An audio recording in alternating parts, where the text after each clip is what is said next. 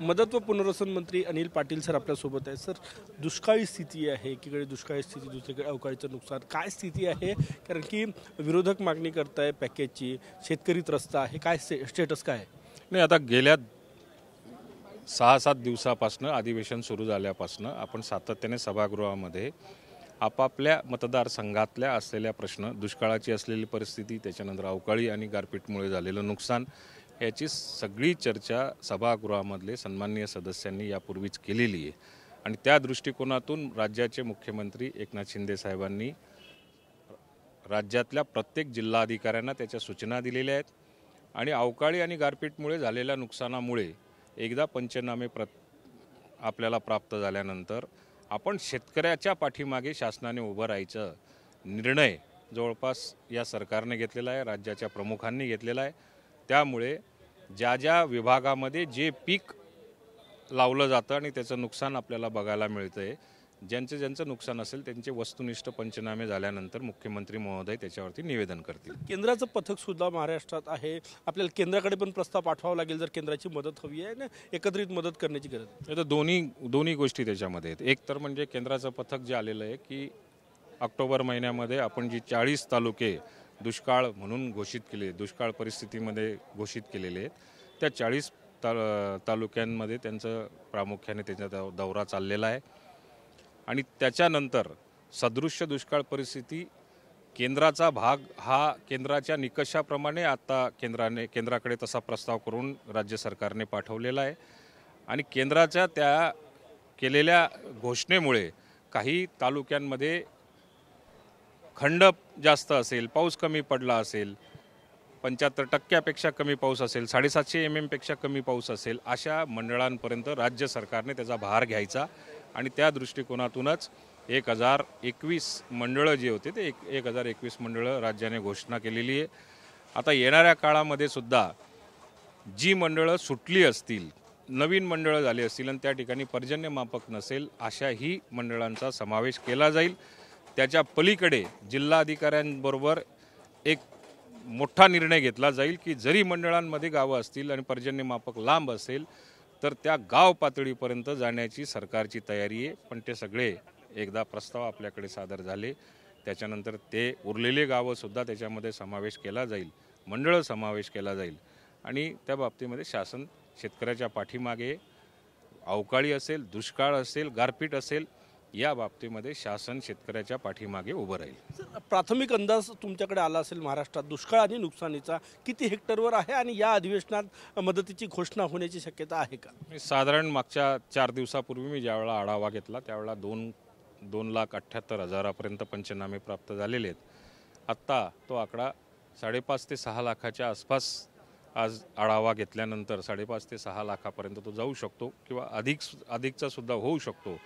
पण राज्यातला कुठलाही शेतकरी ज्याचं नुकसान झालेलं आहे तो सुटला नको पाहिजे याची काळजी जिल्हाधिकाऱ्यांवर जबाबदारी दिलेली आहे. आणि त्या पद्धतीने प्रत्येक जिल्ह्यात ज्या ठिकाणी नुकसान झालं असेल त्या ठिकाणी पंचनामे सुरू आहेत.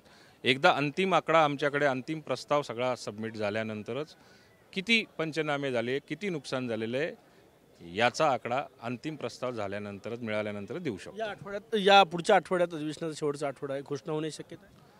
नाही, या बाबतीमध्ये एक हायपॉवर कमिटीची नेमणूक झालेली आहे. त्याच्यामध्ये महसूल सचिव आणि त्यांच्याबरोबर असलेले 5-6 सचिव मिळून एक हायपॉवर कमिटी नेमली गेलेली आहे. आणि राज्याच्या प्रत्येक विभागामध्ये ज्या ज्या पिकाचं नुकसान झालेलं असेल त्याचं ते ऑब्झर्वेशन करतायत.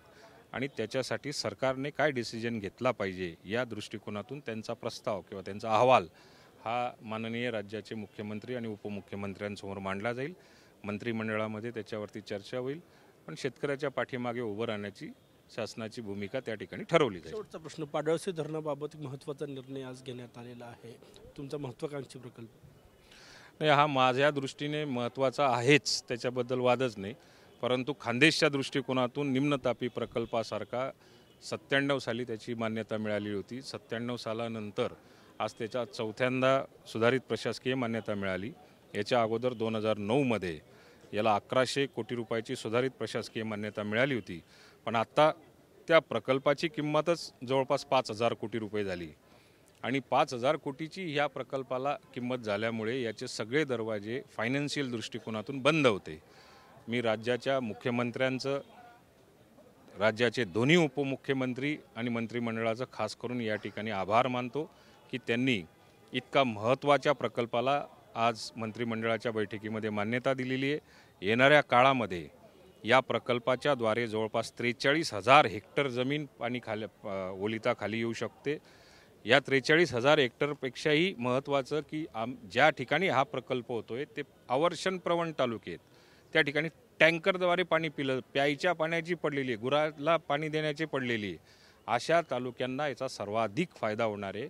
एवढं 17 TMC पाणी आपल्याला उपलब्ध झाल्यानंतर ते पाणी शेतापर्यंत कसं पोचवायचं या दृष्टिकोनातून ह्या सुधारित प्रशासकीय मान्यतेमध्ये पहिल्यांदा आज 1,500 कोटी रुपयाची तरतूद केली गेली आहे की पाणी अडल्यानंतर त्या पाण्याचा विनियोग शेतकऱ्यांपर्यंत कसा करायचा हा सर्वात जास्त महत्त्वाचा विषय या ठिकाणी मान्यता झालेली आहे. आज समजा जर का सुधारित प्रशासकीय मान्यता आपल्याला प्राप्त झाली, या सुधारित प्रशासकीय मान्यतेनंतर आता केंद्रातल्या फायनान्शियल गोष्टी ज्या असतात मान्यतेच्या त्या सगळे दरवाजे आता ओपन झालेले आहेत आणि त्या माध्यमातून येणाऱ्या काळामध्ये केंद्राकडनं किंवा राज्याने जे कर्ज उभारलं जाईल त्याच्यामध्ये ह्या सुधारित प्रशासकीय मान्यतेमुळे त्या पद्धतीचा आकडा आपल्याला प्राप्त होण्याची सुरुवात झालेली आहे.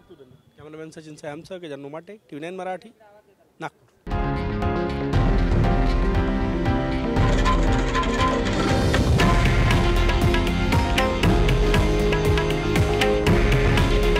हे आहे देशातील नंबर 1 न्यूज नेटवर्क आणि आपण पाहत आहात TV9 मराठी. काळजी तुमची, हित महाराष्ट्राचं.